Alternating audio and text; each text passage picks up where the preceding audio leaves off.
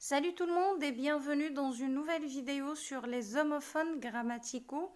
Aujourd'hui, j'essaierai de vous donner l'astuce qui vous permettra de distinguer le EST du ET.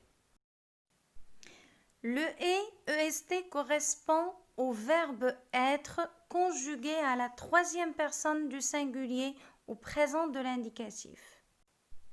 Attention, on entend aussi le son et pour la deuxième personne du singulier du verbe être de l'indicatif.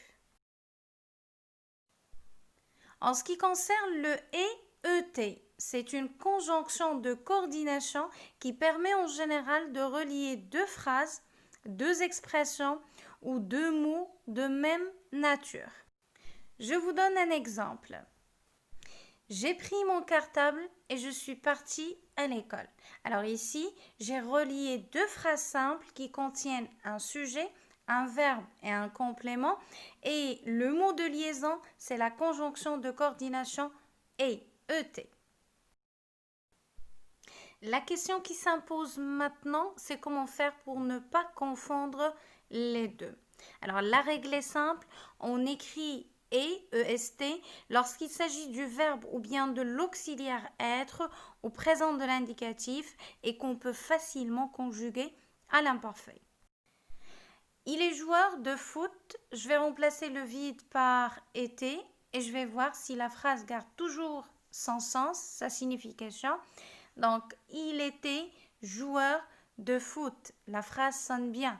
Donc, le « et » qui convient, c'est le « EST », le verbe « être ». La deuxième règle dit qu'on doit opter pour le « et » ET lorsqu'il s'agit de la conjonction de coordination qui joue le rôle de lien entre deux mots, entre deux groupes de mots ou bien entre deux phrases et qu'on ne peut pas conjuguer à l'imparfait. Le ET ne peut jamais être conjugué à l'imparfait.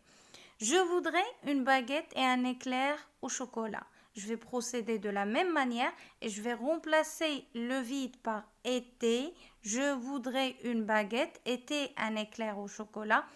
Il est clair que la phrase ne sonne pas, la phrase n'a plus de sens, donc le « et » qui convient, c'est le « ET ». Voilà, pour ne plus se tromper, il faut mettre la phrase à l'imparfait. Le « et » EST devient « été », alors que le « et » ET ne change pas. C'était tout pour aujourd'hui, à la prochaine.